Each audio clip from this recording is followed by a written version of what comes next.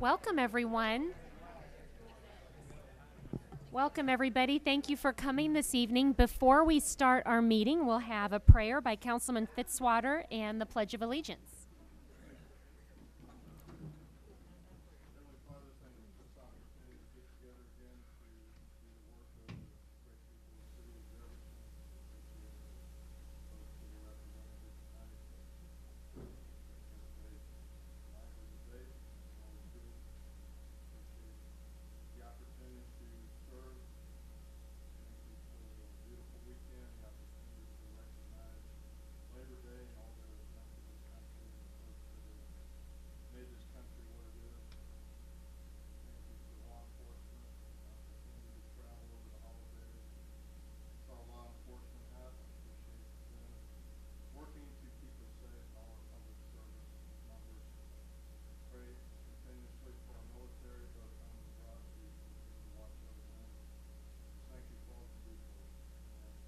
Amen.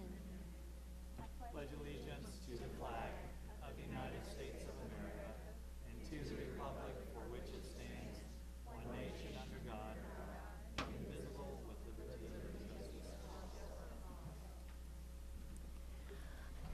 I'll now call to order the Tuesday, September 4th, 2018 City Council meeting. Mrs. Donaldson, roll call, please. Fitzwater, Present. Graham, Here. Hensley, Here. Hussey, Here. Kimna, Here. Mahalovich, Prather, Here. Schreiber, Present. Ward, Here. Wiseman. Present. Item 3, I'll entertain a motion to adopt the agenda. Second. Any further discussion? All in favor say aye. Aye. Any opposed? Motion passes. Item 4, we have no miscellaneous agenda items. Item 5, no public hearings this evening. Item 6, we have no appointments by the mayor. Item 7, presentations from staff, consultants, invited guests. We don't have any this evening. So item 8, we'll go on to our announcements. So be sure to check out jeffersoncitymo.gov for a calendar of all of our meetings and times and locations. Are there any committee announcements at this time? Councilwoman Wiseman? Yes, thank you. We have the admin meeting tomorrow morning at 7:30 a.m. Okay, thank you. Any other committee announcements? Or council announcements? Okay, I have a couple of announcements. For one, we had a big turnout at the United Way lunch last week and appreciate the city's participation. Britt Smith and every department in the city worked hard to do fundraising for United Way, and you might have seen the big sneakers that were outside, and the city was even awarded, we won an award for the design of that sneaker, so that was really cool. So we'll have a little presentation our next city council meeting to recognize the efforts of the city employees for working hard for United Way. Appreciate that, and just all the members of the community that supported United Way in their own efforts. So you might have seen the cheerleader running around town. I got to be a cheerleader for United Way, and that was a lot of fun. I never got to be a real cheerleader, so it was really cool to be a United Way cheerleader. So my second announcement is for this Saturday is the Missouri State Fire Marshal's 9/11 Memorial Stair Climb, and that is at the Jefferson building. And I believe that begins at 8 a.m., and they climb the stairs in remembrance of the firefighters and first responders on 9/11 as they climb the stairs. And I believe it's maybe 10 or 11 times up to the top and back of the Jefferson building to commemorate how many steps it took to get to the top of the Trade Center. And so that's always a very touching memorial service that they have, a ceremony, and appreciate those that can come out to that. All right, any other announcements? Carolyn is not able to join us under item 9, but I know there are several things coming up for Lincoln University. There was the new student convocation last week, and Councilman Graham and I were there. So anything else on Lincoln tonight? I do know that on October the 5th, which is a Friday, we will have our investiture ceremony for our new president. She will be sworn in as a 20th joy with Lincoln University's joyous and wonderful and meaningful occasion on October the 5th. Thank you, Councilman Graham. Item 10, presentations from the gallery on specific bills. We do have some signed up this evening, starting with Mr. Glover Brown. Okay, sure. All right, and we have Mr. Roger Shrimp.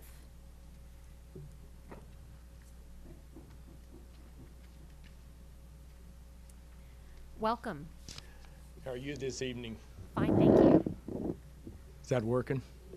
Yes, I think so.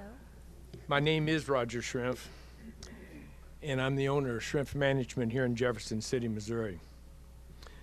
I'm here this evening to speak against the proposed changes to our current trash ordinance. I would respectfully ask that you enforce your current codes rather than burden our investors of income properties. Our investors have recently stepped up to an approximate increase of 21% to their real estate taxes.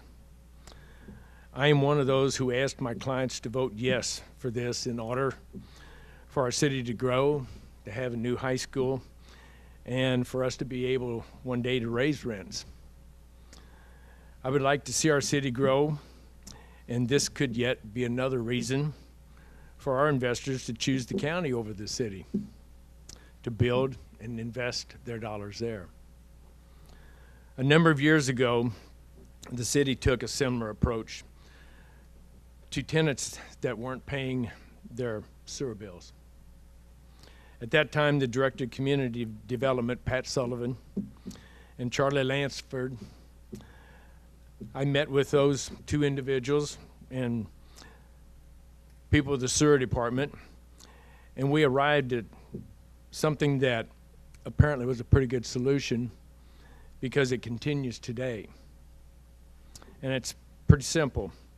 If someone's sewer bill is delinquent and they are not the owner of record for the property, the city will send a copy of the delinquency notice to the owner.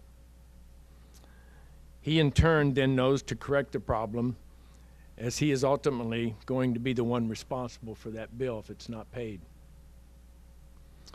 As with the sewer issue, not only do you have the tenant in violation to contact and fine, but you also have access to who the owner is if it's not taken care of. This way, the user of the utility is who is responsible for the usage, as it should be. He's the one paying it rather than transferring it to another individual. Again, I would ask that since the current code requires all property owners, including single-family residences and duplexes, to have adequate trash service, and the owners are still legally and financially responsible for the trash violations that occur on their property, why not enforce the code you have in place? How would changing the code improve compliance? I suggest that the consistent enforcement of the current code would have the same, if not better, results. Encouraging good landlords and investors of real estate helps our city, while enforcing your existing code helps discourage the bad landlords and investors. I feel that too often we penalize the majority trying to solve a problem of the few. Thanks for your time this evening. Thank you, Mr. Shrimp. Any questions? Councilwoman Fitzwater? I'm sorry, I was looking at Ward. Councilman Fitzwater, I'm sorry. Thanks, I appreciate your Our testimony. ward. Do you include in your Wiseman, rental sorry. agreement the fact that they're responsible for trash? Is that part of your agreement with the Yes, sir. renter?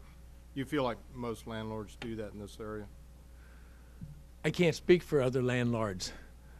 I think if you would use the example of how the sewer was handled, that would make those landlords that's not putting it in their lease that trash is a responsibility of the tenant. I think that would help improve those that aren't.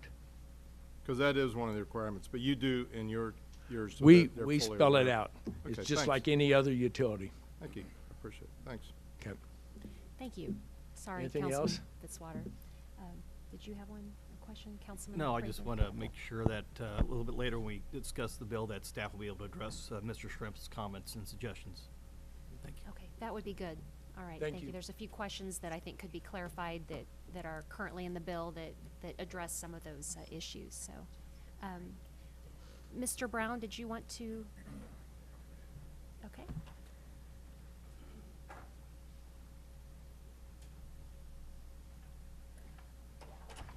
Welcome.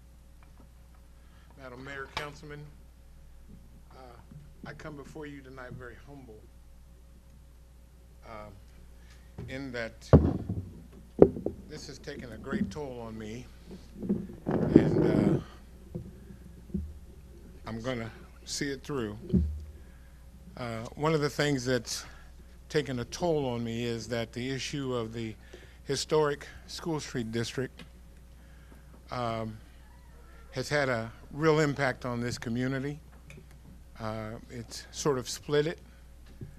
There were people who did and did not understand what was going on with the historic School Street District. People were afraid that they were going to lose their homes. People weren't understanding what was going on, and they definitely didn't know what my role was. So that we can clear the air, I'm the executive director of the Friends of Lafayette Street and the Historic Foot District. Now, if you could go to the other slide. Now, if you look real close, that says Lafayette Street and the Historic Foot District. And Councilman Hensley, this is why I wanted to address this to you. It has always been our plan to extend the historic district on Lafayette Street from McCarty south or west to Franklin Street. That was the boundary line. That would include all the residents that in that area. I want to compare it. It's like the sky is falling, the sky is falling. When in reality, no, everything was already planned. For those new councilmen that don't know, I had something printed out called the Bold New Plan. Has that been disseminated yet?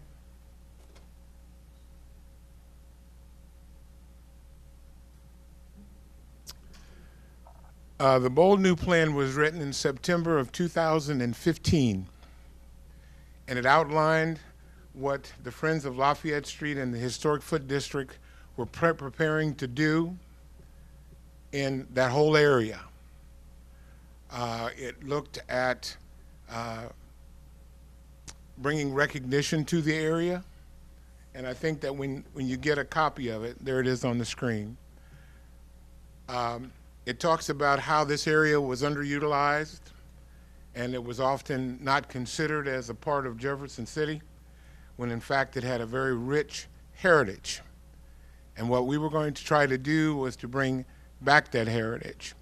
And so when people say I wasn't really keen on the historic district, no.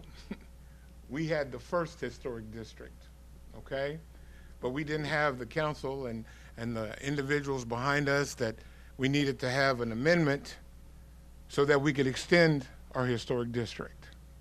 Now, if you'll go to the second shot.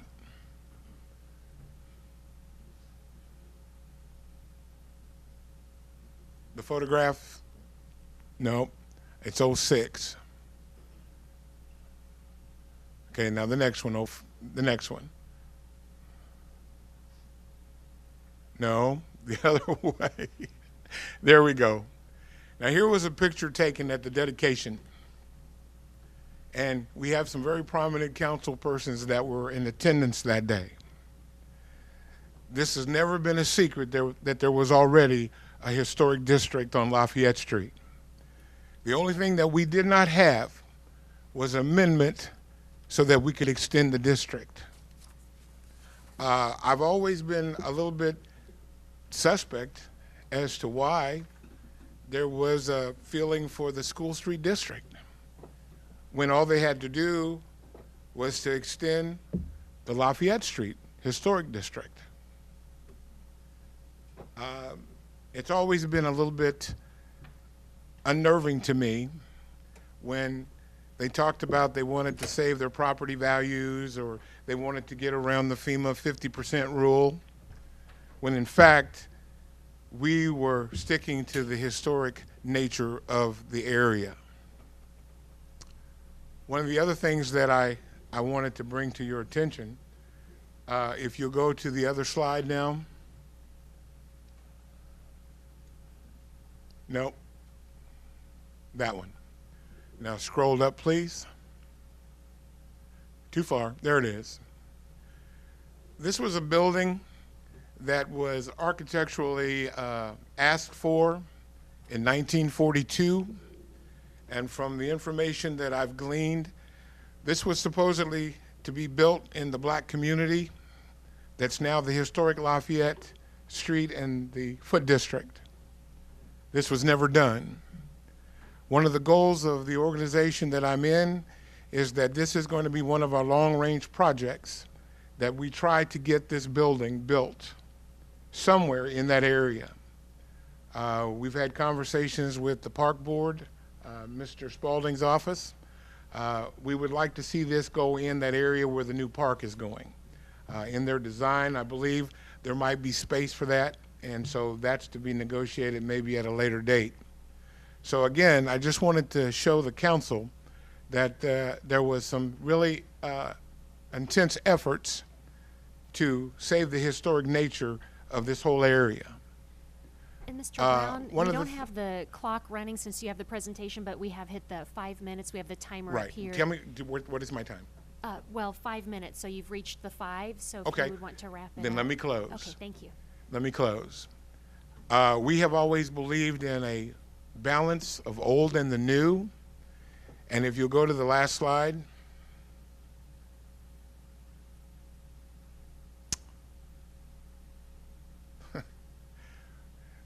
We had this all planned out. No, the last slide, the brick facade. There. And so, as I've been saying throughout the whole course of these hearings, that we have wanted to see a balance of old and the new. We feel that the area was deprived of economic development in the 60s. And so what we would like to do is, in balancing it out, we would like to bring something back to bring economic development to the area. And so in closing, when you guys are looking at that amendment tonight, I would like to ask you not to kill the historic district, but to take it off the informal calendar, hold it for 90 days. And the reason why we're saying 90 days is that that will allow Quinn Chapel to make application, and via the city attorney, that the process to get through P&Z and the Historic Preservation Commission would probably be about 90 days. And to be equitable, we thought that if you all would do that, then the Quinn Chapel and the Historic School District could go through together.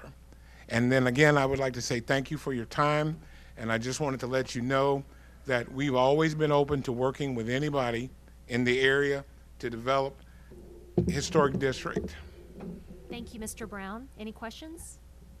Okay, thank you. Oh, and this, Madam Mayor, also we have made arrangements with Lincoln University that we have now space for a museum to recognize Lafayette Street and the Historic Foot District. We have an agreement with Lincoln University to have the museum in the Page Library. Thank you. All right, and next we have signed up Mr. Nick Pantaleo.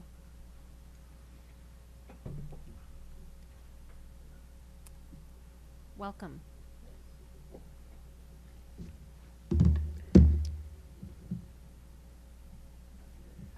Good evening, everyone. My name is Nick Pantaleo. I'm with Capital Investment Realty here in Jeff City. Thank you for allowing me to speak at this time. I'd like to talk about the Chapter 30 amendment to the trash solid waste. I want to say that I completely agree with what Mr. Shrimp said about the proposal to then offer option to mail the letter instead to the property owner, similar to like how the sewer district or how the sewer is. The other thing that I wanted to note is the challenge of owning rental property and managing rental property is working with all the additional vendors and utility companies. So I basically have to talk to Republic Services, Christina over there once a week, if not more sometimes, about the multifamily properties that I manage in an issue with the dumpster or the trash containers. There's a lot of things that happen with trash versus sewer and water as far as changes goes. There's price changing that continues with surcharges for the fuel. Coordination of special pickup. Sometimes tenants will put out more and there'd have to be a special pickup. The special pickup would then be the owner's burden to bear until the tenant were to pay, so they'd have to charge the tenant for that.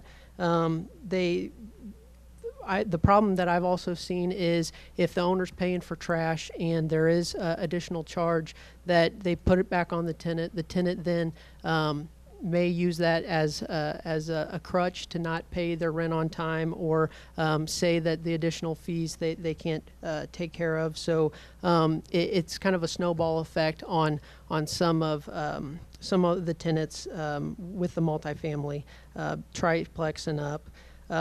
There's also issues that I've seen that with the broken containers that I have to call Republic Services about, missed pickups, coordination of move in and move out. So with utilities, they can just be transferred to the owner's name when a tenant moves out. Well, with trash, you would have to cancel service because at a vacant unit, I don't want a trash container there unless I have a contractor or something that needs it. So I'd have to coordinate with Republic Services to cancel that or put it on hold during a vacancy and then turn it back on whenever I have a new tenant moving in. I think what a lot of people may not be thinking about is the coordination of all this.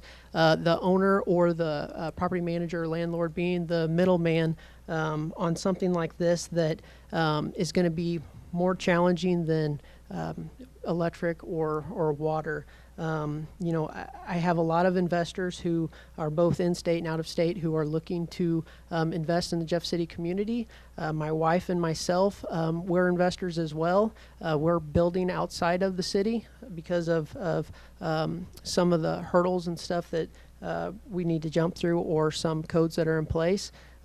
So I'd like everyone to think about the additional burden you're going to place on the owners or the property managers who are managing the single-family homes or duplexes, that there's going to be a lot more work involved, and there's going to be more changes that are going to need to be made besides just a lease amendment with the tenant because of the additional charges and how those charges are going to change moving forward. That's all I have. Okay, thank you. Are there any questions? Okay, thank you, Mr. Pantaleo. Thanks a lot. We have next Mr. Brian Bernstetter.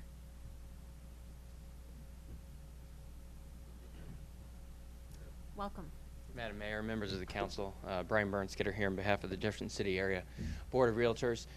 We sent you all a letter. I think you all received it by hard copy and email, so I won't reiterate those points too much. I do want to suggest that we, as the board, supported the electronic online rental owners registry. We think that's a great tool for you all and could come into play as you all try to implement some of the suggestions that Roger and Nick recommended, as opposed to making a wholesale change to the way that the trash ordinance is currently structured.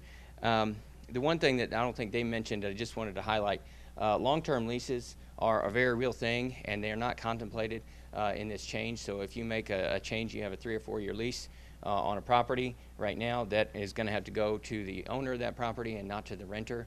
That's a pretty dramatic change in the math for some of those people, and it really does deter them from wanting to do those rentals in the future.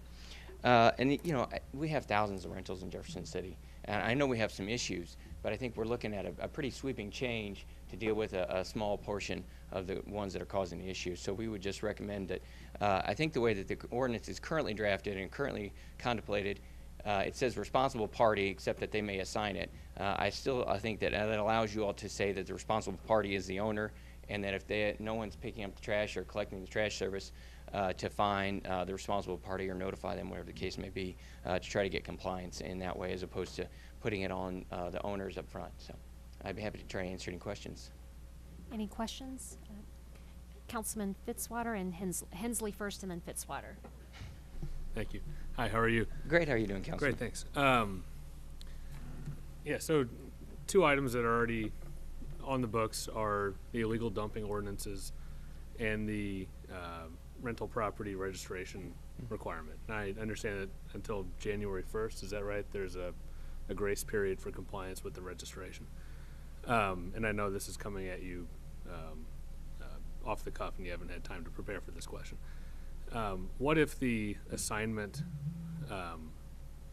exception here, allowing an owner to assign that responsibility to the tenant, stayed, but only for owners who had registered with the program, who kept current contact information, who the property at issue is a listed property for them, and they are cooperative with staff when contacted about a violation. And while you think about that, I'll say, you know, I'm certainly sympathetic to the to what I've heard from landlords and property owners.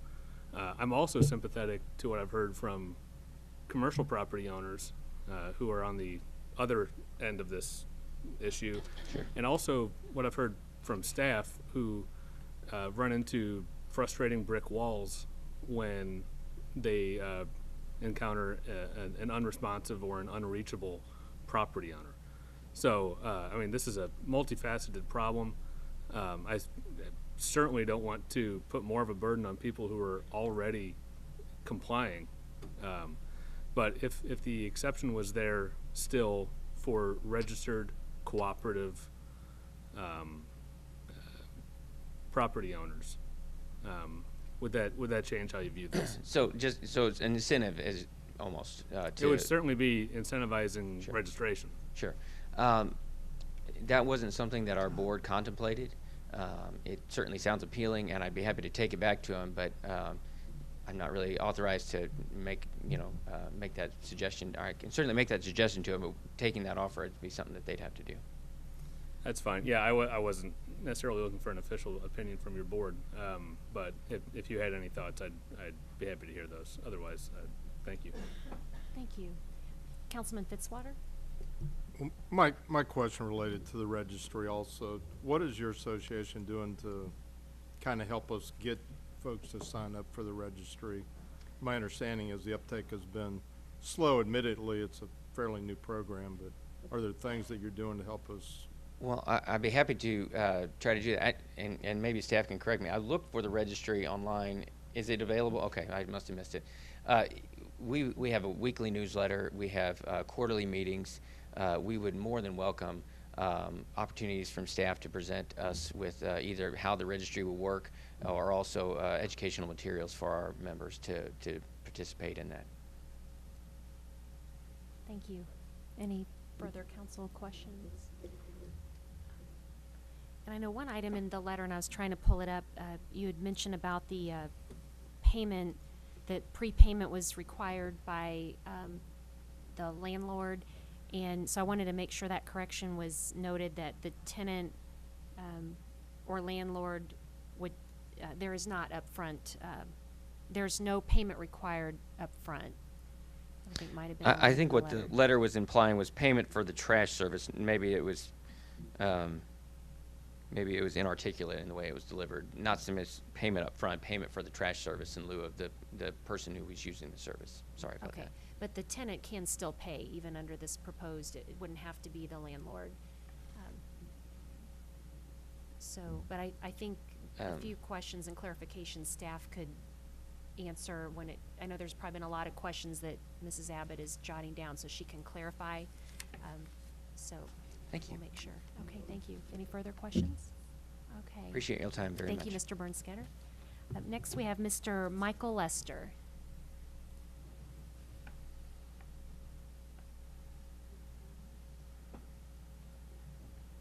Welcome. Hi, Mayor and City Council.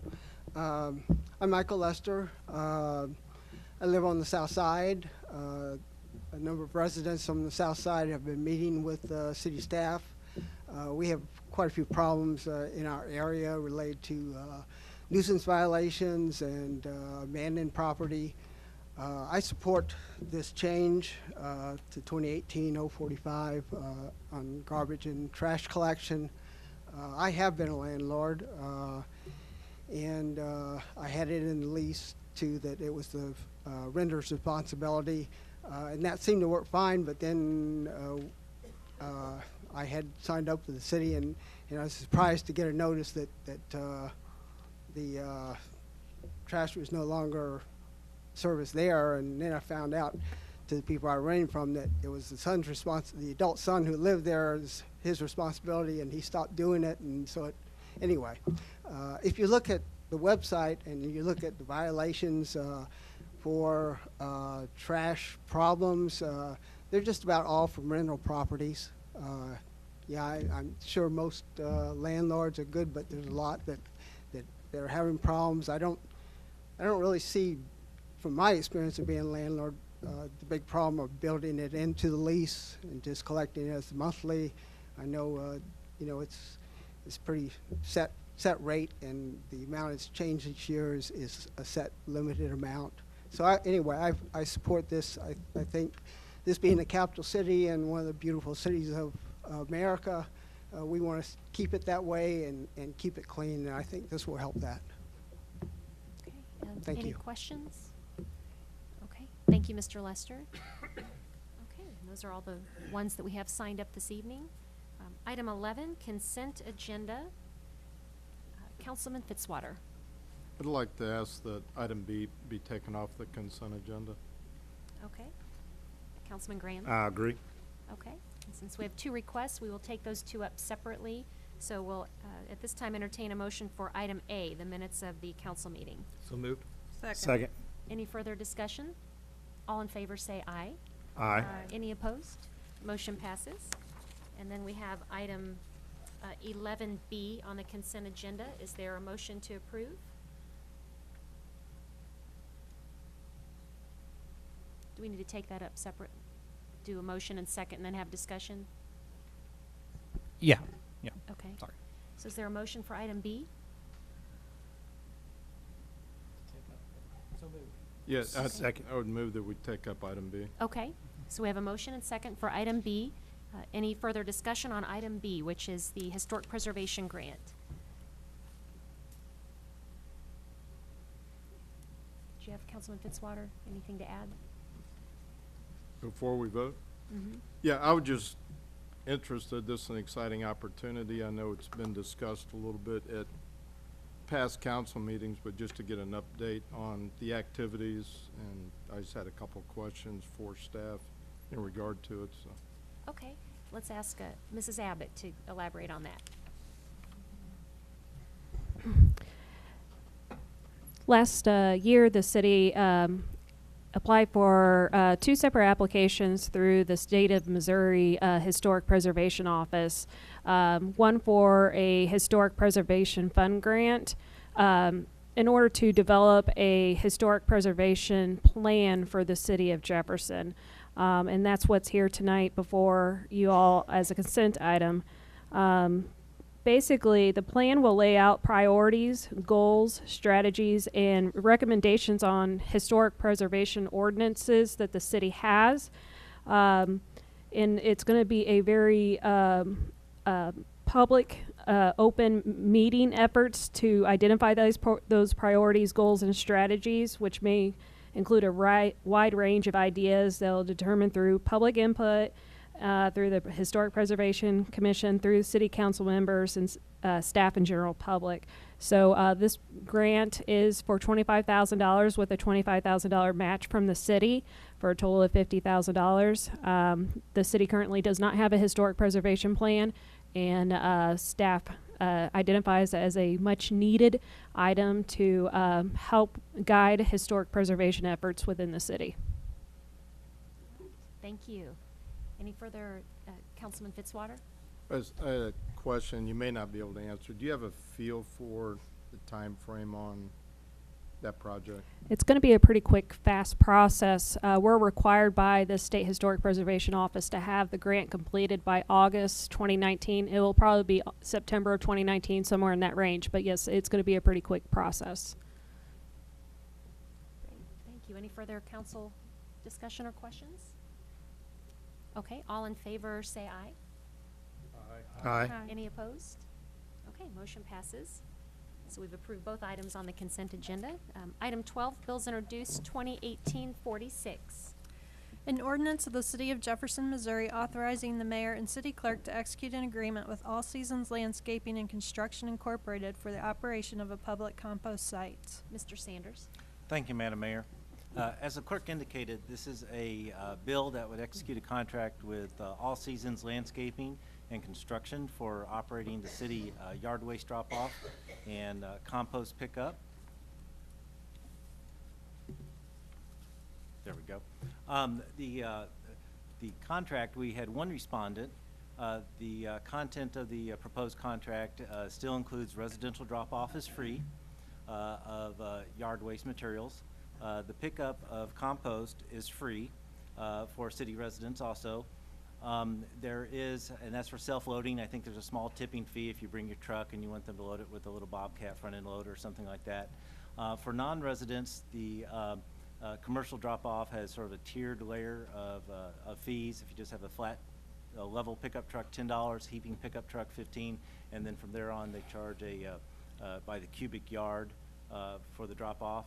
And something new that we don't have is a curbside pickup option. The respondent provided a $50 minimum and $2 a bag, and those are the very large paper sack bags that you can get at Lowe's or Menards or something like that. Go to the next slide, please. There we go. The contract would cover the same time frame, basically aligned with our fiscal years. The first fiscal year, which would start here in November, is $192,000 with 4 automatic renewals. The total cost over the 5-year period is about $106,000 less than our current contract. We had only one respondent, and it rated well, and it's the existing contract provider. And with that, I'd be glad to answer any questions. Thank you. Any questions? Councilman Graham? Yes, excuse me. Sonny, I know it was advertised. How long was the advertisement out there? I believe it was at least 90 days. 45 days. 45 days. And we did notify 6 or 7 local companies that were on the list to be notified, so they didn't have to just read about it in the paper either. And I'm just going to share with you my concern. I'm sure that the owner will be here at the next council meeting to address my concerns. But as we all know, that business sits in the heart of a neighborhood. I've had several complaints as relates to the smell, and the amount of traffic. There's no sidewalks that's there for the kids to walk on, the debris that's left in the streets. All of those things I have some serious concerns with.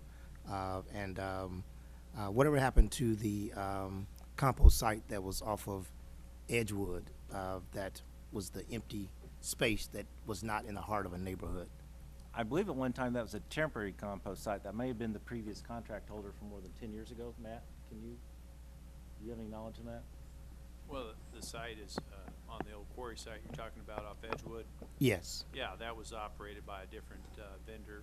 Twee House operated that site there, and then when it was bid and it changed to this operator, each operator can bid their own site. Right. So council elected to go with this site 10 years ago, I think you said, and so it's been operating at this site since. I know most of us don't think about it because it's not in our neighborhood or it's not right next door to us. But for those individuals who it is located right next door to them, they do have some valid concerns. And as their council person, I have those same concerns. Smell being the biggest, and then the safety also being one of the biggest concerns that I have. So I do have some serious concerns about this compost site. So that's just me. I'm sure we'll have some more conversation at the next meeting. So, Councilman Graham, on those concerns, have they been brought forward to staff so staff can talk with the vendor? I certainly can send those names and phone numbers to staff, but it's mostly the smell for those individuals who are sitting outside trying to enjoy the beautiful summer, trying to enjoy a barbecue, and they really can't do that because of the smell that we may not think of because it's not in our backyard, but it's there. So, but I will most definitely send those names and phone numbers to staff, not knowing what can be done, but certainly I will do that. But that is a serious concern for those residents who live in that area and are paying taxes. But if we don't think about it every day because it's out in our neighborhood, it's no big deal. But it is a big deal. Thank you, Councilman Graham. Are there other questions or comments? Okay. 2018-47.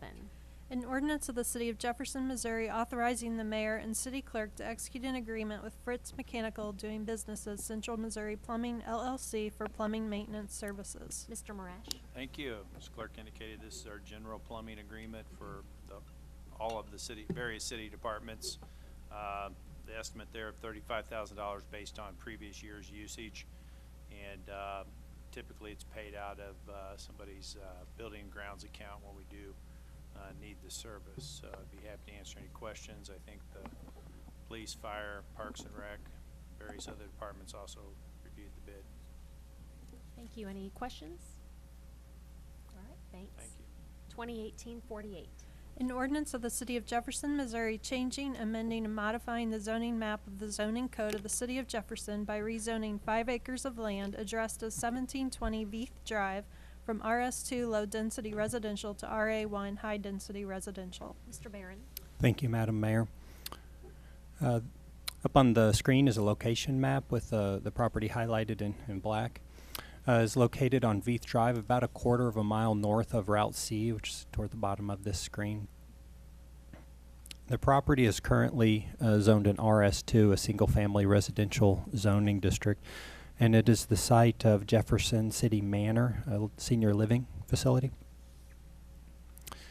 The property owners have requested to rezone the property to an RA1 zoning district. The reason behind the request is that currently the single-family zoning of the property with the senior living facility is a non-conforming use on the property.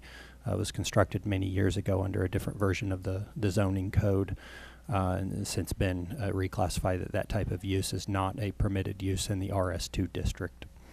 So they're seeking a rezoning of their property to an RA1 district, which would permit a senior living facility and would place the use into a conforming status. What preempted the application was really they're seeking to construct a small maintenance shed at the very rear of the right behind the facility, and we would be unable to issue that permit as it is a non-conforming use. This item was recommended for approval by the Planning and Zoning Commission at their August 9th meeting and is scheduled for a public hearing on September 17th here in front of the City Council. I'd be happy to answer any questions you may have. Any questions? Councilman Graham? Yes, I know that we had this before us less than 6 or 7 months ago, the rezoning issue. So why wasn't it discovered then? I voted no then. I'm going to vote no again. But why wasn't it discovered until now that they get something rezoned again for the second time? So the item that was brought forward to the council and was approved was a PUD plan for the property just to the south of this. That was in June of 2017.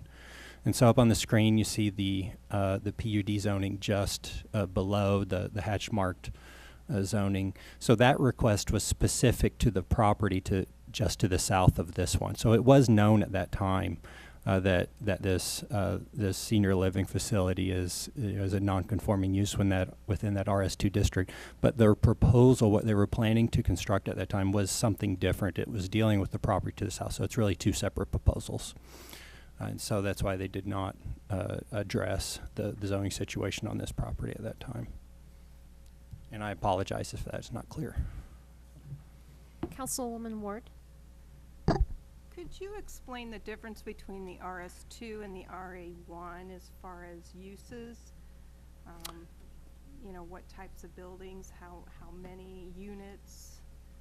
I know because there were concerned property owners on that street, homeowners, and I just want to make sure, you know, you say they're wanting to build, you know, a maintenance shed or storage shed.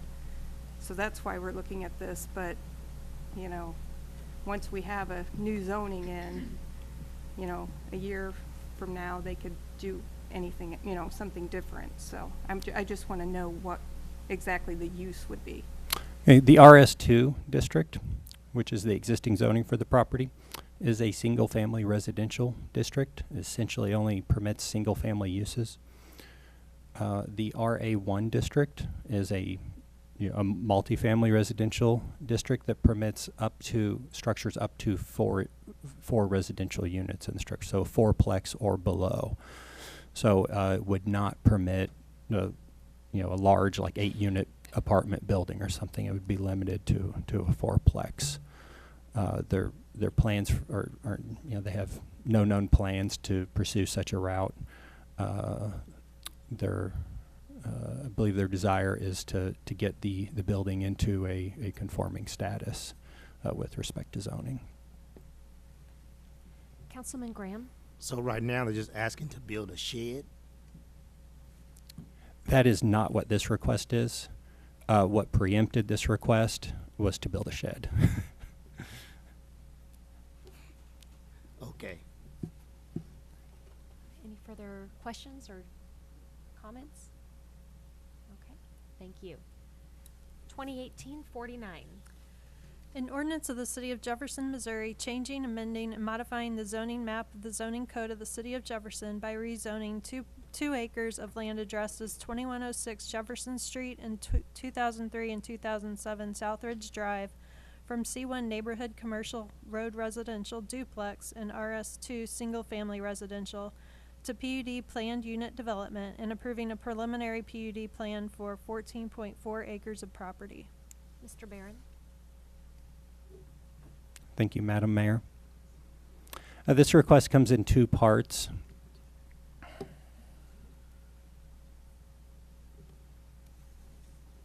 First, to orient you to the location of the property, it is the location of Central Electric Power Cooperative, a fairly large facility with multiple buildings located. Their primary access and address is off of Jefferson Street. And so the property is highlighted up there on the screen. Up in the upper right-hand corner of the screen is Southwest Boulevard and the intersection of Southwest Boulevard and Jefferson.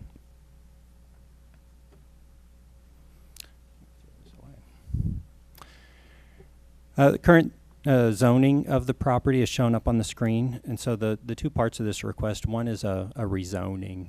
The rezoning is really limited to, if you see the property highlighted with a thick black line, it's really located the northwest corner of the property where there's some C1 zoning, some RS2 zoning, and it's very difficult to see, but a very small bit of RD zoning.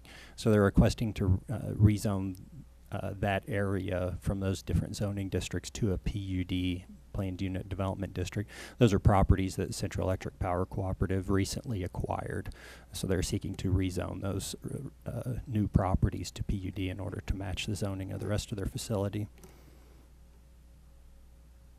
And then the second part of the request is approval of a PUD development plan. It's a fairly major redevelopment of their property.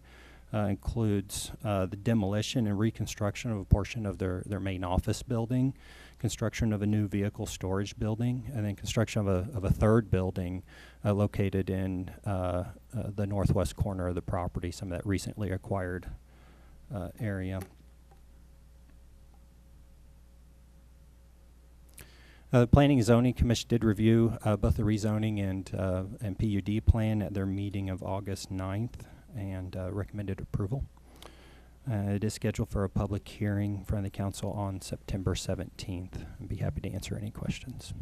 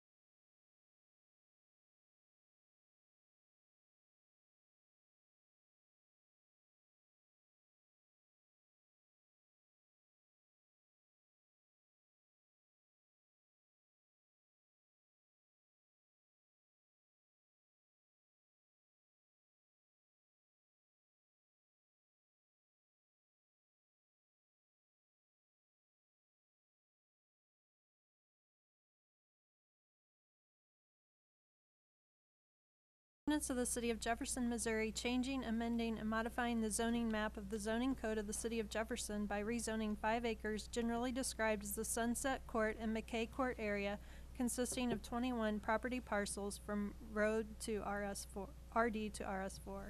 Mr. Barron. Just one moment. Okay. Thank you, Madam Mayor.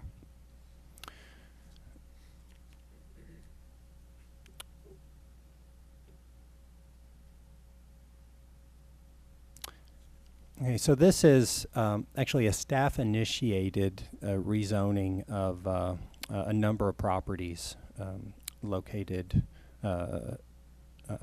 very near to Sunset Lake.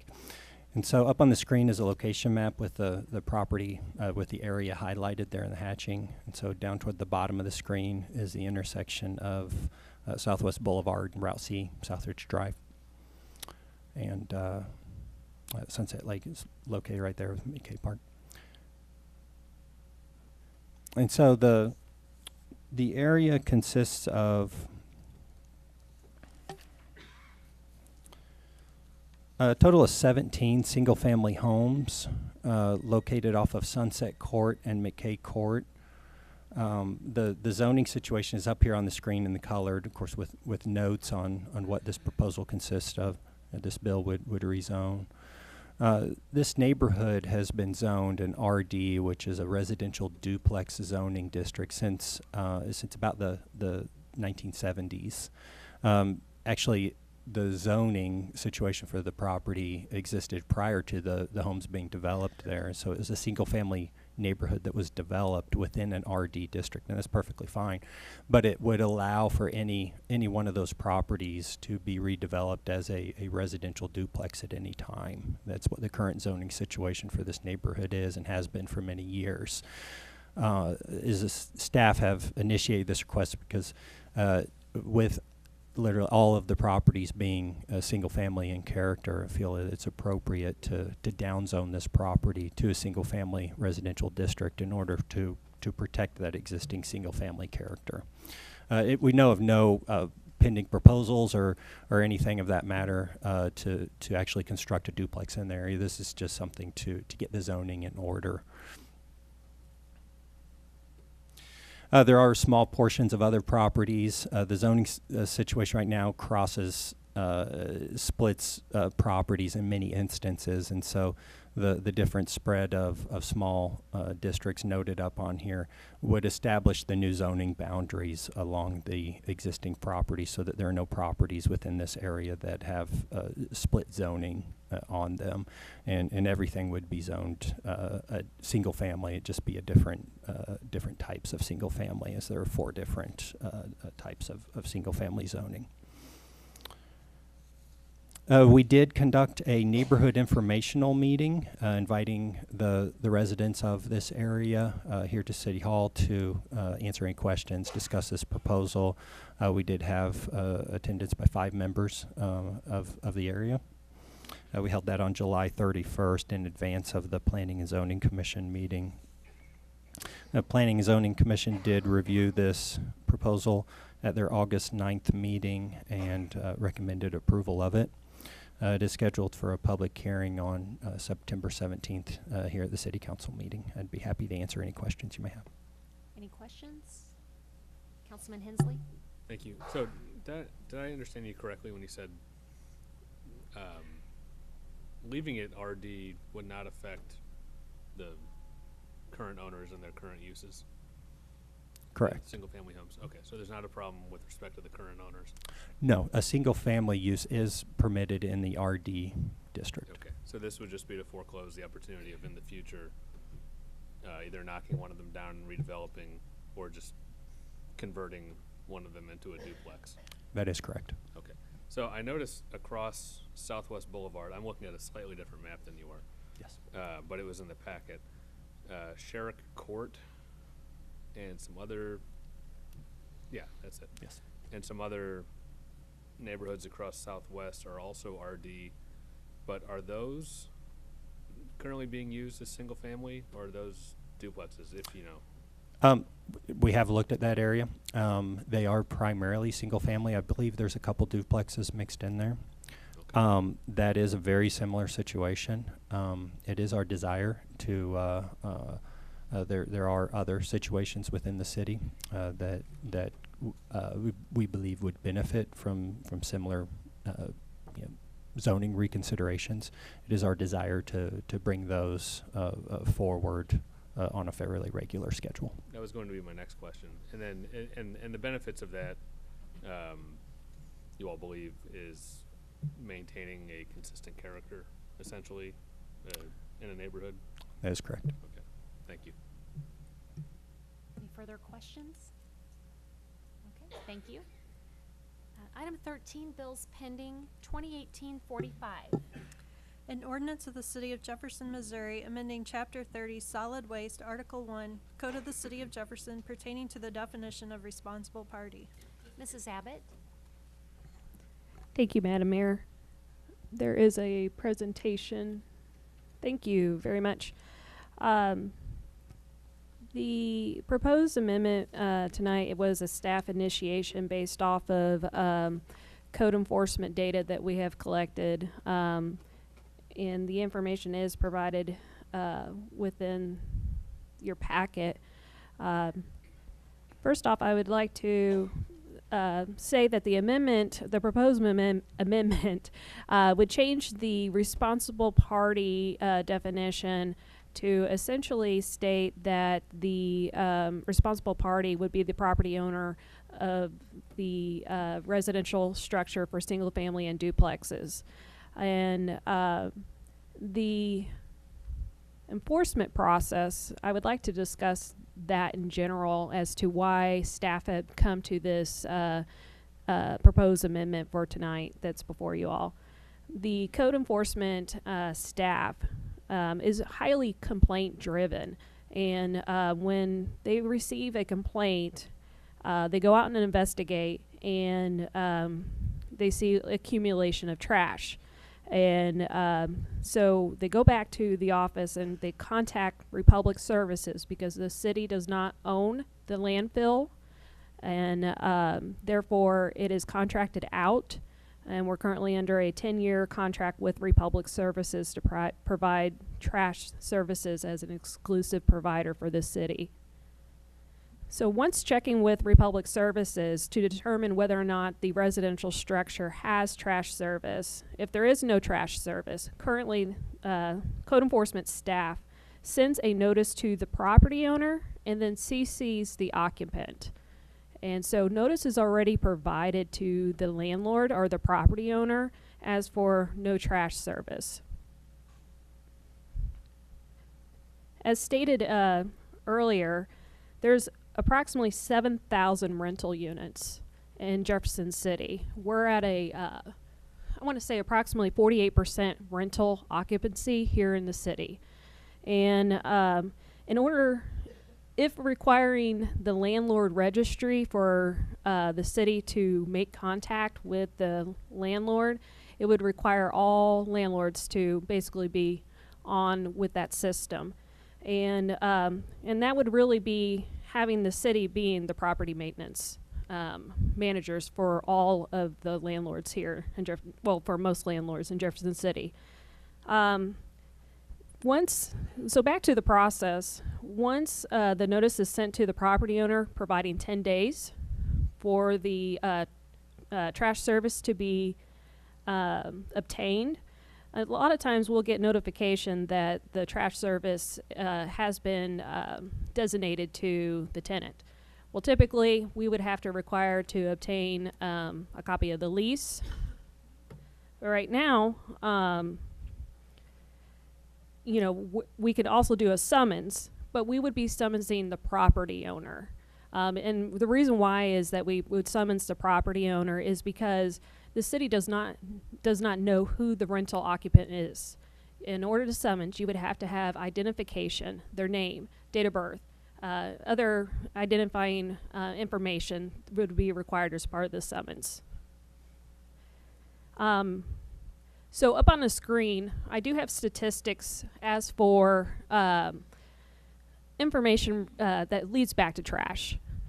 From November 1 of 2017 through August 15th of 2018. there was 96 no trash service violations. And in looking at the statistics, 83% of them came back to 1 and 2 unit rental properties. And only 9% coming from the 3+ rental units. The nine violations there would have fall under the commercial trash providers, which 3+ units falls under the commercial. So already those landlords are already providing trash services for their tenants. 25 instances of illegal dumping violations. 88% was traced back to rental properties. And then 372 accumulations of trash violations. So 84% was rental properties. So talking about no trash violations, this is an instance where our code enforcement staff came across a single-family rental unit that had no trash service. And it was occupied by a woman and her 3 children. And this property ended up having to be condemned because of the fact that accumulation of trash. And you can see the arrow pointing to the door. That photo to the right there is actually the photo of the back porch, showing how high the trash had accumulated. Illegal dumping violations leads to unsanitary conditions for neighbors and individuals in the area. This is a duplex unit, so a 2 unit that has no trash service. They just piled up all the trash on the front porch.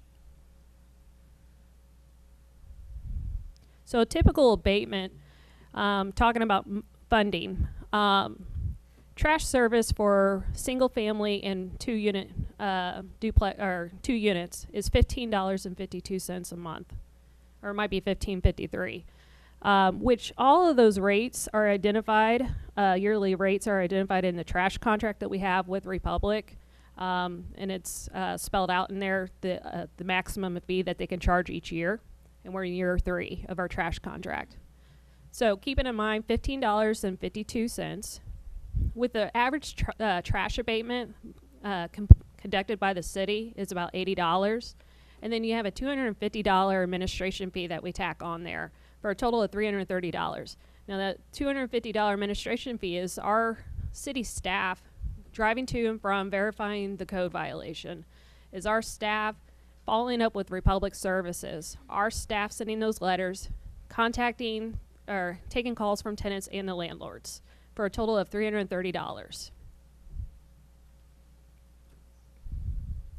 Can't really see a photo in there, but it's infestation. That's a refrigerator. Trash accumulation, not taking out the trash, leads to, we get complaints about people not having trash service, saying there's roaches coming onto their property because the occupants don't have trash service. Then there's property damage that occurs. And this one's a doozy. Single family rental with no trash service. The tenant and her 2 children were throwing their trash over the fence onto neighboring rental properties.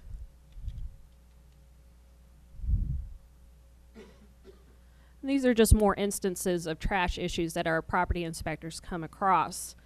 I do want to address some of the questions that were brought up. State law, I do believe, requires that trash services be paid after the service is provided. So currently, you'll be getting a bill in the mail for services provided in the month of August. You're paying it now. I believe that may or may not have answered the question there. Rates are identified in the trash contract. Republic Services own their landfill. The city does not.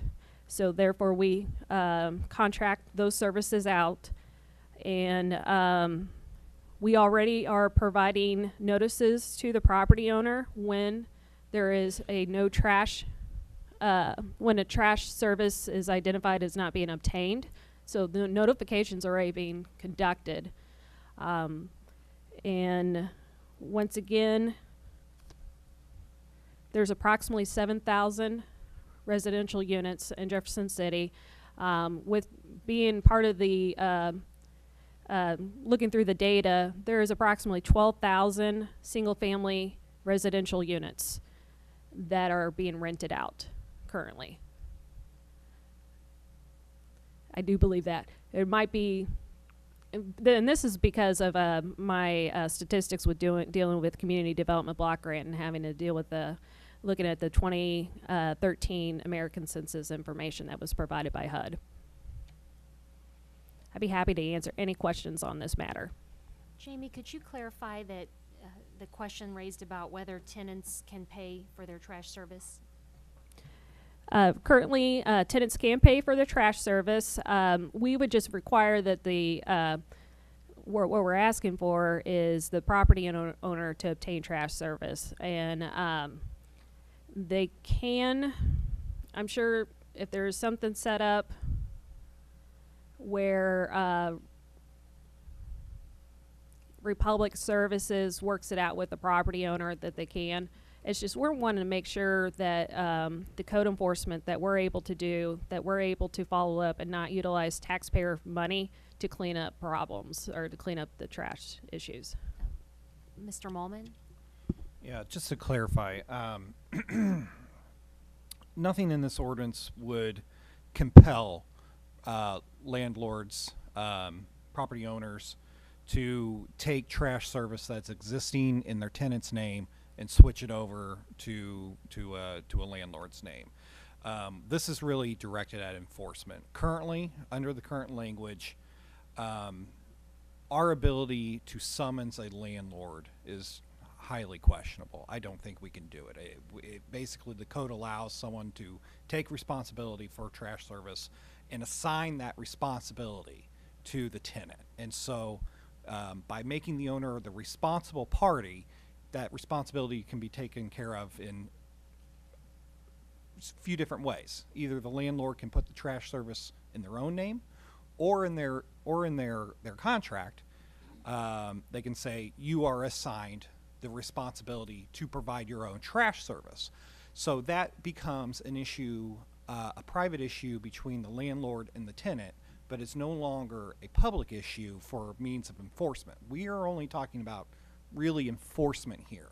Whether or not the landlord chooses to take on the responsibility directly or to assign that responsibility to the landlord and then monitor the landlord, or sorry, to the tenant, and then monitor the tenant to make sure that that trash service is continued to be had on the property, we don't really care.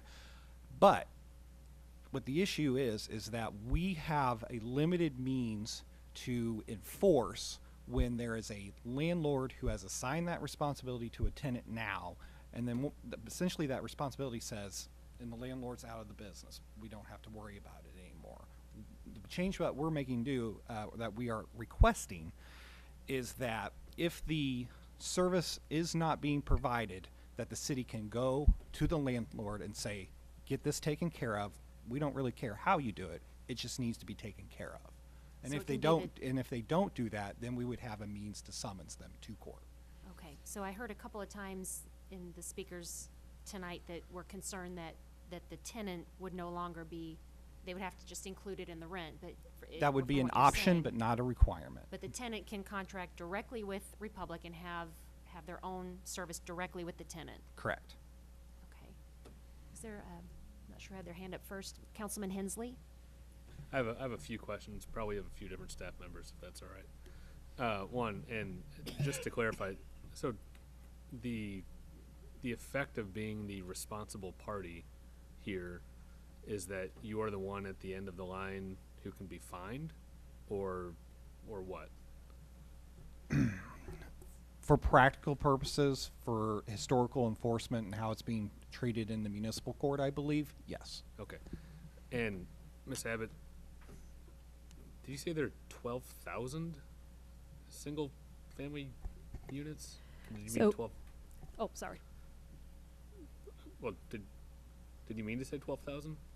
I was recalling information on HUD has provided with the American Census survey. There is 58% owner occupied and then 48% rental here in Jefferson City. We have approximately over 18,000 I want to say 18,900 residential units in Jefferson City, with approximately 12,000 of them being single family. So the 7,000 estimate was 7,000. So 7,000 is the approximate occupied residential units, is how I understand it. I know there's a variant. I could provide that information that HUD has provided to me, to you all, as for the determination on how HUD has made those determinations. So whether there are 7,000 rental units or 18 or 19 or 20,000 units, so it's occupied versus unoccupied. Between November and June, most recently, there were about 430 violations across all of those thousands of units. There was, I have those violation numbers up there from November 1 of 2017 through August 15th through August, okay. of 2018. So Accumulation of trash. So that's almost 500 then for that period. Mm-hmm. Okay, across anywhere between 7,000 to 18,000 units or something like that. Yeah, just 18,000 residential units in general in Jefferson City, with 84% of those 372 violations coming from rental properties. And you mentioned, I think a couple people mentioned that we're currently able to ask for public services for information about whether there's currently service provided at a property. Mm-hmm. Is that what's the timing on that? Do we do that when we think that there's a violation, or is that a regular process? So Republic Services, whenever a complaint or a potential violation is identified, we contact Republic Services immediately, usually the same day, by calling or emailing, just inquiring about trash service. So that's immediate. Republic Services does not have the ability to identify or provide a list of occupied units versus no trash services. So there's not a means of doing so, but what they also do is send over a list to us of individuals who are delinquent on their trash services, where the services were cut off, and we follow up on that to see if it still requires trash service, such as somebody moved out, or if somebody's still occupying the structure and therefore violating the code. If we had a high rate of compliance with the registration program, and if the registration program tracked occupied versus unoccupied, would we be able to regularly cross-reference those properties with Republic? I mean, and maybe you don't know this right now, but I wonder if we could send them a spreadsheet quarterly or something like that, where they'd be able to then shoot back a report that says, out of the occupied units, we don't show current service for these. And then I wonder if some sort of automated email could go to the owners of those properties just to, remind them. I will say there is a small potential for that, and the barriers that I see with that is that the city does not own any of the utilities, and so in order for a habitable rental unit or habitable unit in general for residency would require also electricity and power, gas, and water and sewer. The only utility that the city owns is the sewer, so it would be cross-referencing between the sewer database and along with our landlord registration and with Republic. So that would be multiple databases. But what we do intend to utilize the landlord registry is to send out educational material to landlords as to what is required within Jefferson City, with one of them being, making sure your residents have trash service, power, what's the most common code violations and all that. So, I mean, we do intend utilizing the landlord registry as a education component once we have their emails. Okay, great. Thank you very much. Thank you. Councilman Hussey? Just have a couple questions. So if, for example, a 3-unit property right now that the owner is required to have trash service at. Like, at what point are we as a city beginning to take action against that owner for not having trash service at that site? Like, what's that process look like? Or Well, in general, the process in general for anybody not having trash service would require the investigation, the notice of violation letters sent to the owner, and for a 3-unit, because of our contract or in our code specifically saying that the property owner is required to provide trash services for 3+ units, if they do not comply within the 10 days, which is what the violation letter indicates, we would summons the property owner. and I guess what's the trigger to start that? Because I doubt staff is going out and looking for it, and we are clearly not cross-referencing with Republic, are we? So is it just trash accumulation, complaint-driven? Yes, typically multiple code violations, complaint-driven, yes. Number 2 is we get complaints from landlords of multiple units saying, I'm tired of this landlord's tenants dumping their trash into my dumpster.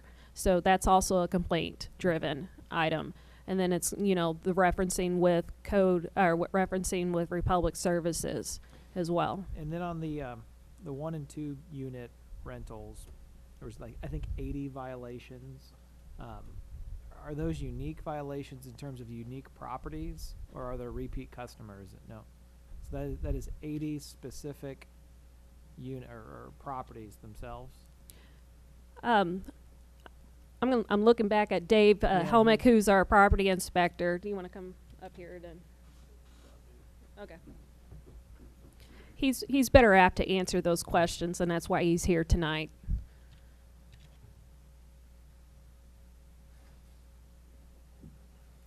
The 80 violations are unique. Those are individual properties. The 372 accumulation of trash violations, some of those are repeat or habitual offenders, but the no trash service is a unique violation.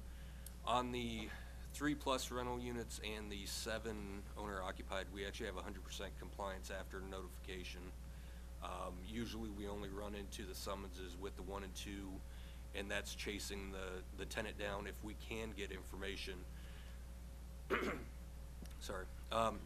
That number honestly would be a lot higher, except for a lot of the times we don't find out who the tenant is. So we go after the accumulation of trash and the other violations that we can deal with.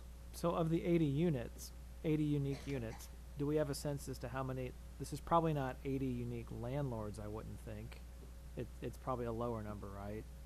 And so there's probably some problematic landlords in that regard to tackle as well. So shifting a little bit, if I understand Mr. Molman, then the proposed language, if passed, I mean, the owner of the property is responsible to obtain and maintain solid waste or trash service.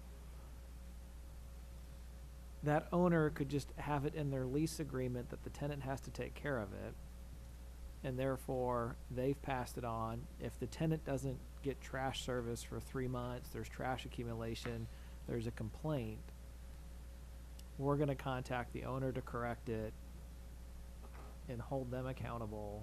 Is that correct? I mean, that's a fair assessment. But they wouldn't, at the beginning of any of their leases for their properties, have to have trash service. Like, they sign a new lease or whatever, that landlord isn't having to go out and contact Republic to turn on trash service. They can just put that in the hands of their tenant? Yes, yeah. Okay. Which is what I understand a current way that is handled by some. So essentially the owner can pass responsibility, but we just can't state it in an ordinance because we can't legally go after the owner. The way that the ordinance currently states puts a pretty high hurdle in front of us to take recourse from the landowner. Essentially, we're left with trying to chase a tenant, which I think Mr. Helmick has accurately displayed as being pretty problematic. Yeah, and I would probably guess if there's a tenant that doesn't have trash service and have trash accumulating like that, the landlord probably has issues with that tenant as well. This is probably a deeper issue than just that. So I guess where I'm kind of going at, I know Councilman Hensley and some of his questions earlier to Mr. Bernstetter had a couple ideas on some modifications. I do wonder, I mean, I think Mr. Molman, your explanation of that change and what that kind of looks like, maybe others heard that tonight and thought, wait a minute, that the owner could still pass on that trash service to a tenant and just have to work that into a lease agreement. I don't know if that's the way that the Board of Realtors heard it, Mr. Shrimp heard it, Mr. Pantaleo heard it. I don't know if the landlords in our community understood or understand that language in that same way, or maybe they haven't heard city staff's interpretation of how that is, or they disagree with how that's being interpreted. I guess it would be interesting. I don't think there's a sense of urgency on this tonight. There's no time clock here, and so I would like some time to explore some alternative language. I'll shut up here for a minute, let Councilman Hensley speak, and then come back. Councilman Hensley? And just to further clarify on that point, while the owner may still be able to assign the responsibility to the tenant, at the end of the line, it would be the owner who would face the cost of the fine, correct? Correct. So then it would be up to them to attempt to recover from the tenant pursuant to the language in their contract if it's there. Yes, it would be a private contract matter between the landlord and the tenant. Whereas right now in the ordinance, if that's been assigned to the tenant, it falls on the tenant. Correct. Okay, so there's not that sort of recovery of fee issue if it's already in their contract and they're abiding by the ordinance. Yeah. Okay, thank you. Any other questions? Councilman Hussey? I guess my preference, like, I do think that Councilman Hensley's got some language here. I know there's still a lot of questions. My preference would be to put this on the informal for at least 2 weeks. I could just do that. Just to work through. I would like to have a chance to explore that. I want to get some input from staff on his thoughts on that language, and to get some input from Mr. Bernstetter to take that back to the realtor. So I guess I would say I'd like to put this on the informal. Okay. So that will be on the informal, and any further questions of council at this time? Okay. No. Councilman Graham? Not any further questions, but I guess it is a question. I know last council meeting we heard from Mr. Homer Cavett, who was concerned about the illegal dumping, and he was able to find the ones who were dumping in the alleyway behind his home. And I think that he was able to find out who the owner of that building. So in this bill, how does this help someone like Mr. Homer Cavett, who's having the problem of illegal dumping? I believe the theory is that the illegal dumping would be reduced if the people who are doing the dumping have trash service at their own residence. So why would you dump someone into someone else's dumpster or into an alley when you have trash service available to you at your own home? That's the theory, is that there's no need to do the illegal dumping to commit that illegal act if you have a service that's provided at your own residence and it's readily available to you. And I understand that, but so how does the owner of that rental unit, how does that play an effect on that person? The owner of the rental unit who has tenants who are illegally dumping? Correct. I think that was Mr. Cavett's biggest issue. Sure. So this would require that landlord to ensure that his tenants have availability to trash service. And so, if for whatever reason trash service is not provided for those rental units, the landlord would be held accountable for not providing that service, either directly or by requiring the tenants to do so. Okay. Okay, thank you. And it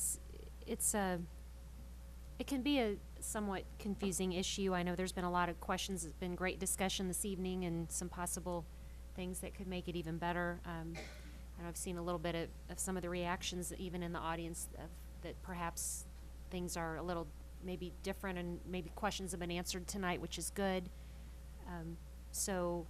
And I'm not sure how it was communicated before, but certainly to hear the whole story is helpful at these meetings where you get to actually talk it through. And I know, as it's reported, I know that, Nicole in particular always fact checks and makes sure that everything's out there. So certainly, if there's any questions, staff could provide that information, whether it's to the media that's here this evening or directly to any of these organizations, the realtors, as you're working forward with some of these amendments, so everybody has kind of the clear, updated information.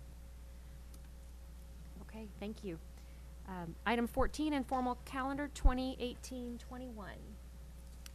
An ordinance of the City of Jefferson, Missouri establishing a local historic district to be named the School Street Local Historic District and adoption of associated building design requirements. Is this Sunny? No, Mrs. Abbott. I'm sorry. Wait, who's doing this one? Or Eric? Well, Sunny. Madam Mayor, I guess we would be glad to answer any questions. We've spoken about this quite in depth, but there has been a group of residents around School Street that have met the requirements and submitted an application for a local historic district. It's gone through planning and zoning, historic preservation. Both of those groups approved it. One of them unanimously, they voted neutral, I'm sorry. Historic Preservation Commission passed it. The Planning and Zoning Commission voted to remain neutral. The staff recommendations on both of these to both of those committees was negative, do not approve, and we'd be glad to answer any questions. Okay, and this item is on the informal, so at this time I'll look to Councilwoman Ward. Yes, at this time I'd like to move it off the informal for discussion and vote. Okay, thank you. So we've had some staff input, and is there any council deliberation on the bill? Okay, seeing none, roll call please. Fitzwater, No. Graham, Nope. Hensley, Aye. Hussey, Aye. Kimna, Aye. Mahalovich, Prather, Aye. Schreiber, Aye. Ward, Aye. Wiseman, Aye. Passes. Okay, bill passes. All right, thank you to staff for all the effort and the community members on this one. Now on to item 2018-34. Councilman Prather. Madam Mayor, I'd like to take this off the informal, and I move to postpone it to the September 17th public hearing at our council meeting. And is there a second? Okay, we have a motion to postpone the bill until the September 17th meeting. Any further discussion? All in favor say aye. Aye. Aye. Any opposed? Motion passes. 2018-38. And actually, this is also on the informal. Why don't I ask at this time, Councilman Fitzwater.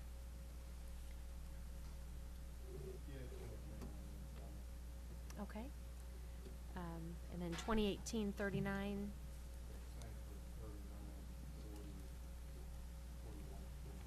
Okay, so these are all the charter amendments. So at this time, the charter amendments will remain on the informal calendar. Any questions? Councilman Hussey? I think it's just worth clarifying that the deadline has been missed to place anything on the November ballot, so these bills just essentially have to stay on the informal calendar to die. The next available election would be an April election, and mid to late January would be the deadline. But we'd have to take up a new set of bills to put anything on that ballot. I know there's a desire amongst the council to have a work session or something related to the proposed charter changes based on the Charter Review Committee. And so I think it would be in our best interest to schedule for something maybe October or something like that, to give us some time to at least discuss them, and then if the desire is to put some things on the ballot in April, to then take some time to draft those bills. So I don't think that would require a motion or anything. I just think that we can work that out and figure something out. Okay, and Councilman Fitzwater? Yeah, if I could just amplify on that. I agree with the councilman I mean, there's a great appreciation for the work that the committee did, but there's been a lot of comments to council members of other council members that have not had input to the process yet, in addition to the public having an opportunity to respond. So even though unfortunately we missed the November ballot, I think Councilman Graham indicated last time, it's not so much hitting a time frame, it's doing it right, because this is the soul of the city. So the process is to go through this to get it cleared off of the informal, but to create opportunities for public and for other council members who did not sit at those meetings, so that when we do, if there are changes recommended, that it's a broader group making those recommendations. But it's certainly not to slight the committee that brought these forward, because they met a number of times and did a lot of work on the process. Thank you. Councilman Graham? I was just going to echo the same thing that my colleague said. We appreciate what the work, the hard work that the committee did. It's just the fact that I believe at this point we should have some type of work session to actually discuss these individually, because this is something big. So I just echo the words of my colleague, Councilman Fitzwater. So that's it. Thank you. Okay, 2018-12. A resolution authorizing United Healthcare and Sun Life Assurance Company to provide group health insurance. Mrs. Stroh. Thank you, Mayor. Each year, with the assistance of Wall Street Insurance, staff reviews our group health insurance plan options. The recommendation from Wall Street Insurance is to renew our current plan with a 4% increase in premiums and no plan changes. The plan includes 3 options for employees to choose between, with various premiums and cost share of benefits. CHC, our wellness provider, also recommended increasing our wellness incentive. After researching, staff is recommending adjusting the incentive by $15 per adult per month. Since the current rates were implemented 10 years ago for the 2009 plan year, no changes in benefits and a modest increase in premium, staff feels as though this is a good year to adjust the wellness incentive. The Employee Health Advisory Committee reviewed the recommendations and feels the best option is to renew our current plans with the adjusted wellness incentive. There is funding for this in the current FY19 proposed budget, and staff recommends approval. Okay, any questions for Mrs. Stroh? Is there a motion to approve? Second. Any further discussion? Roll call, please. Graham. Aye. Hensley. Aye. Hussey. Aye. Kimna. Aye. Mahalovich. Prather. Aye. Schreiber. Ward. Aye. Wiseman. Fitzwater. Aye. Resolution passes. Resolution 2018-13. A resolution authorizing Cigna for group dental, vision, basic, supplemental, and dependent life, AD&D, long-term disability, accident, and critical illness insurances. Mrs. Stroh. Thank you, Mayor. Again, each year, with the assistance of Wall Street Insurance, staff reviews our voluntary insurance plan options. We have had our current plans with Cigna for the last 2 years. Our recommendation is to renew the plans with no plan changes, but with some premium changes. The plans and the premium changes are as follows. Dental insurance will increase by just over 6%. Vision insurance will increase by just over 5%. Basic life insurance, which is provided by the city, will decrease about 27%. Long-term disability, which is also provided by the city, will decrease by almost 12%. Dependent life, supplemental life, and accident insurance will decrease by approximately 15%. And then critical illness rates will remain as is. The lower rates result from the change in the contract with Wall Street Insurance to bid all the insurances net of commission. Overall, this represents a savings of approximately $3,000 per year to the city, and it is funded in the current FY19 proposed budget, and staff recommends approval. Thank you. Any questions of Gail? Is there a motion to approve? Second. Any further discussion? Roll call, please. Hensley. Aye. Hussey. Aye. Kimna. Aye. Mahalovich. Prather. Aye. Schreiber. Ward. Aye. Wiseman. Fitzwater. Aye. Graham. Aye. Resolution passes. Item 16, no presentations. Item 17, no any council or staff discussion. 18, any new business. 19, unfinished. I have something unfinished. I forgot to announce that the new lights are up at MSP last week.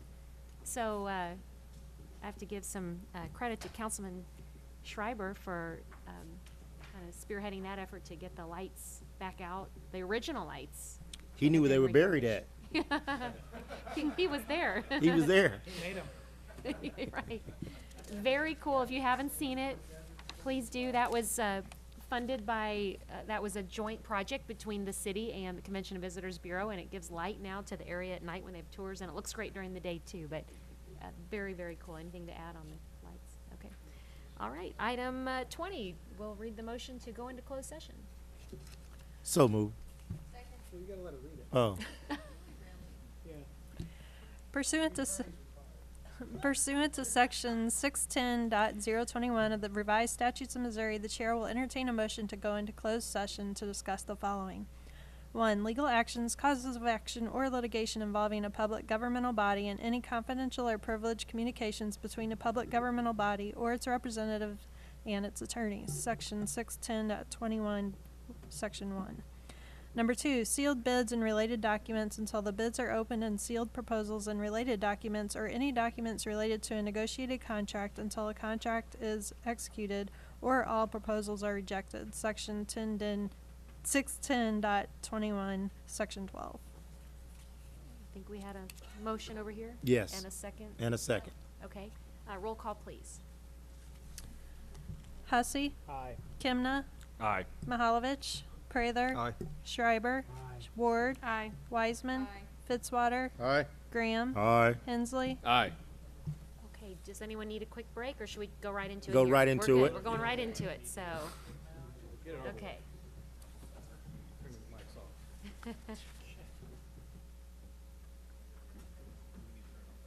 Oh, yeah, is everything off as far as speakers and? Okay, thank you. Can y'all hear me?